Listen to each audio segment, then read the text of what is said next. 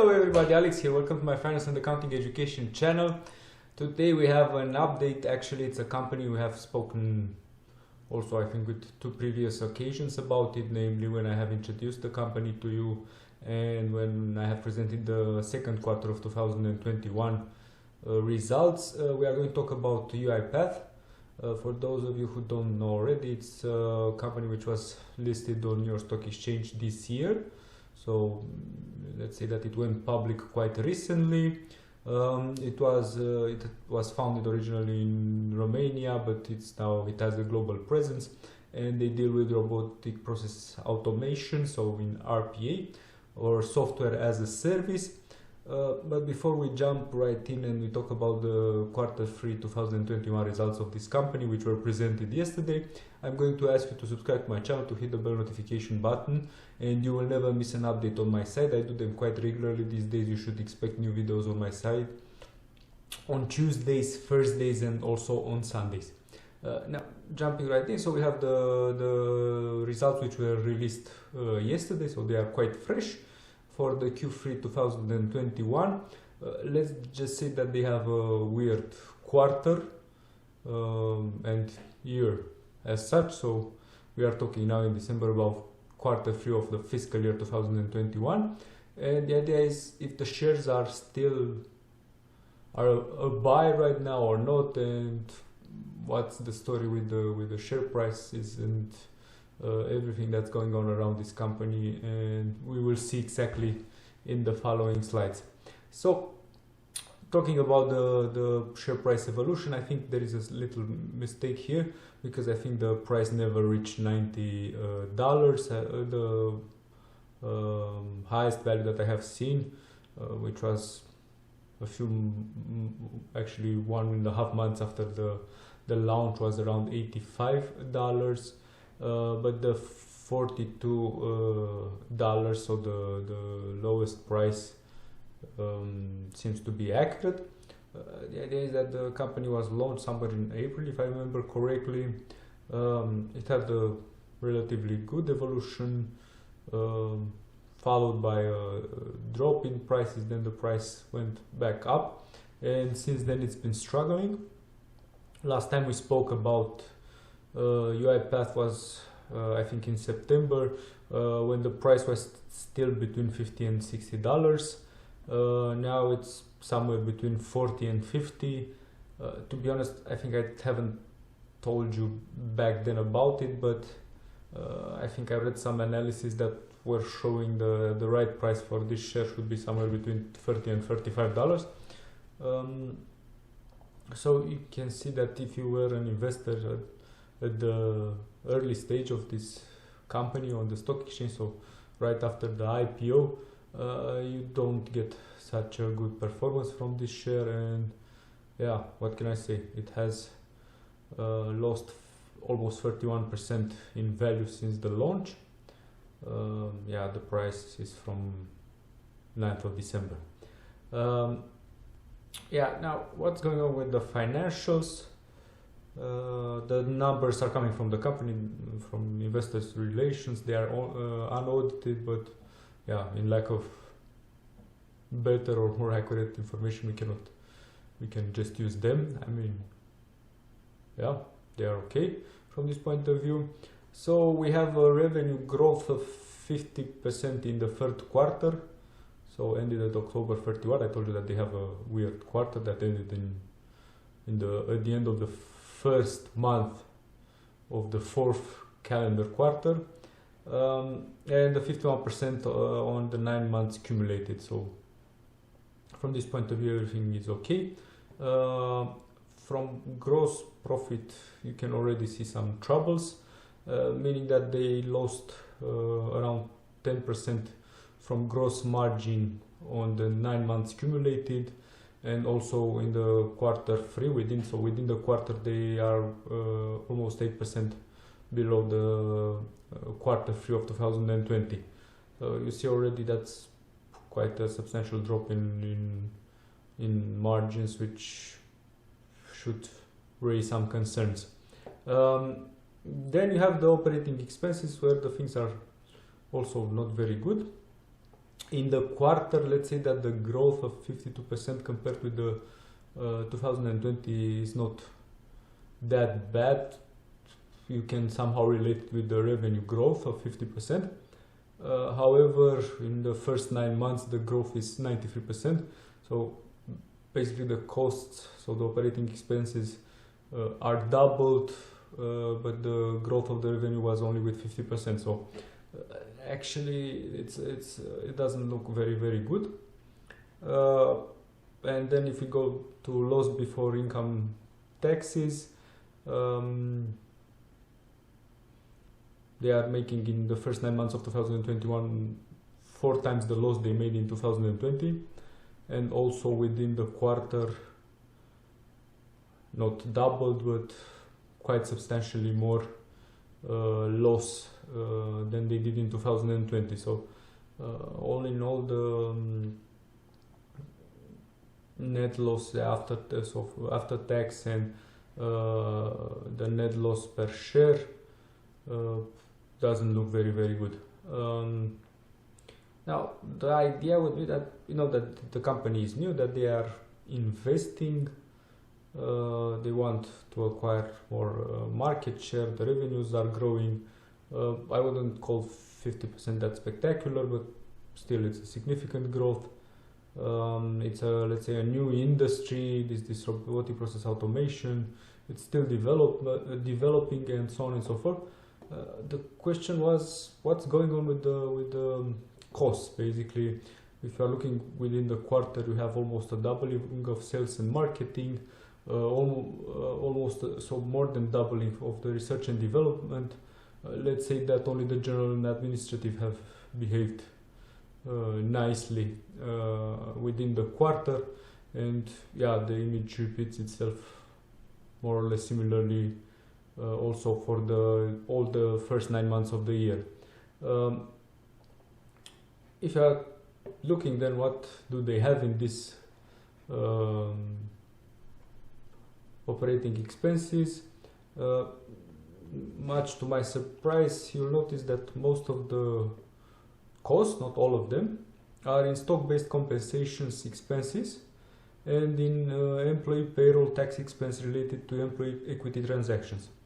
Now, not all of these, so these 95 millions and 20.8 millions are part of the operating expenses. Actually, a small piece, like 6.4 millions, if I remember correctly, is in the cost of revenue, so before the gross profit.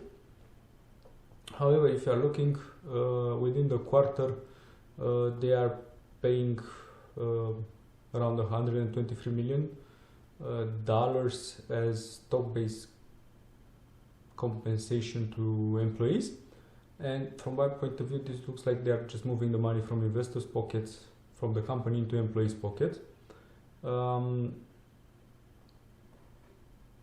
this didn't happen only in the third quarter of 2021 as defined by their fiscal year.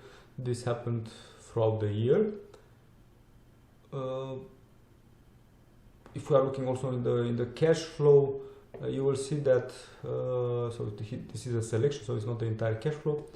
You will see that, for example, the expenses with the stock-based compensation for the 9 months were actually 438 millions, almost 439. So the idea is that they are growing their revenues for 9 months with 203 millions, and they are paying so much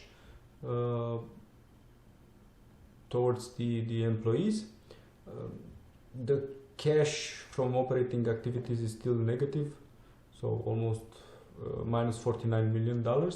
Then what was surprising also in the investing activities, that they have marketable securities, which have absolutely nothing to do with their core activity. And also from the investing activities, they are generating a 29 million cash outflow, let's say so. Then you will see that the entire parties was somehow let's say financed through this IPO and issuance of convertible preferred stock. So you have 1.4 almost 1.45 billion dollars. It's the only reason why let's say that the net cash flow from the financing activities is positive, and why their entire cash flow is positive. If you are looking in 2020, they started the year with 234 million. They increased till the end of quarter 3 to 460, which was very good. Then they already started in the fourth quarter losing, because we start 2021 with 371, so they kind of lost 100 million. And whatever is being added, so this 1.4 billion in cash comes from the initial public offering and issuance of convertible preferred stock. The question is, if they continue to do what they have done before, how long will this 1.78 billion, say 1.8 billion, will last? I mean, it's very hard to understand what they want to do. It seems that their investments in operating expenses are actually employee compensation. If we take out we said that if we add the 28.8 million with 95.1 million, probably they would have come a little bit above the break even, because they had 119 million losses. Yeah, so probably they would have produced 4 million profits or income for the period. Yeah, so the figures don't look very good. I mean, what's for me concerning is that those topics which I have just presented to you about this company, they are in the calls and in the commentaries, they are not at all touched. They focus only on the top line, on increasing these contracts and things like this, and absolutely nothing about the operational execution. From my point of view, so I missed the IPO. Basically, I should be thankful that I have missed it, because I didn't have enough money exactly when they did the IPO. But I said that since they are in a new sector and it looks very interesting what they are doing and it's developing and so on and so forth, I should keep an eye on the company as a potential investment. Then I saw the quarter 2021 results, and they were disappointing. The quarter 3, so these results are even more so disappointing. For me, it's not quite clear. I mean, it already has nothing to do with the price of the share. I mean, it seems that the market is already punishing the company. Even if the price drops under 30, it's not quite clear what will happen next, because they simply don't explain. We don't know if the stock-based compensation will continue at the same levels in the next years, or it was a one-off, and then we should start expecting some profits to come in the company, some serious profits.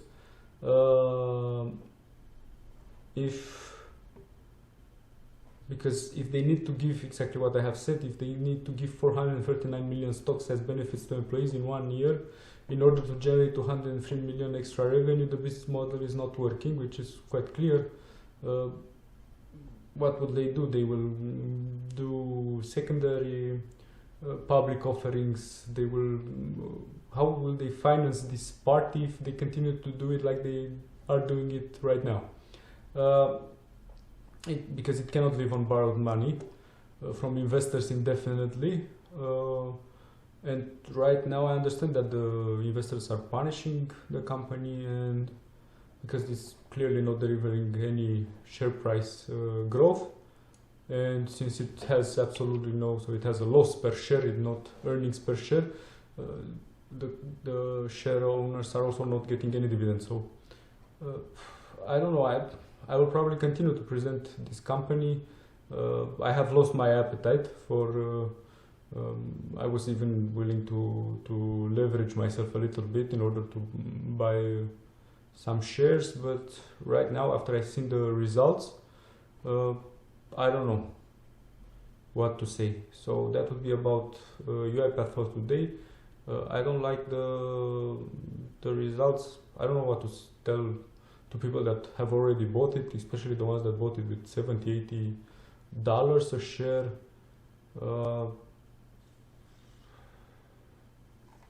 I cannot guess what will happen in the future, and currently the things don't look very well for this company from my point of view. Yes, they do have growth. Yes, they are leader in their sectors. We spoke also about this in the previous presentation. There was this matrix about how good they are from technical point of view and from their capacity to execute. What concerns me is this. I mean, if you have to pay $2 to produce $1, you cannot do that forever. Yeah, at some point the party needs to stop, and there are several ways through which the party stops. One is if the share price is driven to the ground. They can be taken over. If they dilute the shareholders, also the prices might go down. If they start raising more equity, if I would be a credit institution, a bank, I wouldn't give them any loans. That's why I'm saying that it's good that they still have 1.78 billion in cash. But otherwise, I don't know what to say about this company. I mean, it's the developments are so weird. And also, I'm not a specialist in marketing and in communication, but I've seen somewhere on their presentation basically saying how their companies and their employees and so on and so forth, and they put next to each other humble and bold. And okay, I'm telling you that I'm not a marketing specialist and in communication and things like this, but I do think that somehow these two words are antonyms and they should not be placed next to each other. So maybe they should also work on this and find somebody who knows what antonyms are. Thank you for being here on my channel today. My name is Alex Petrescu.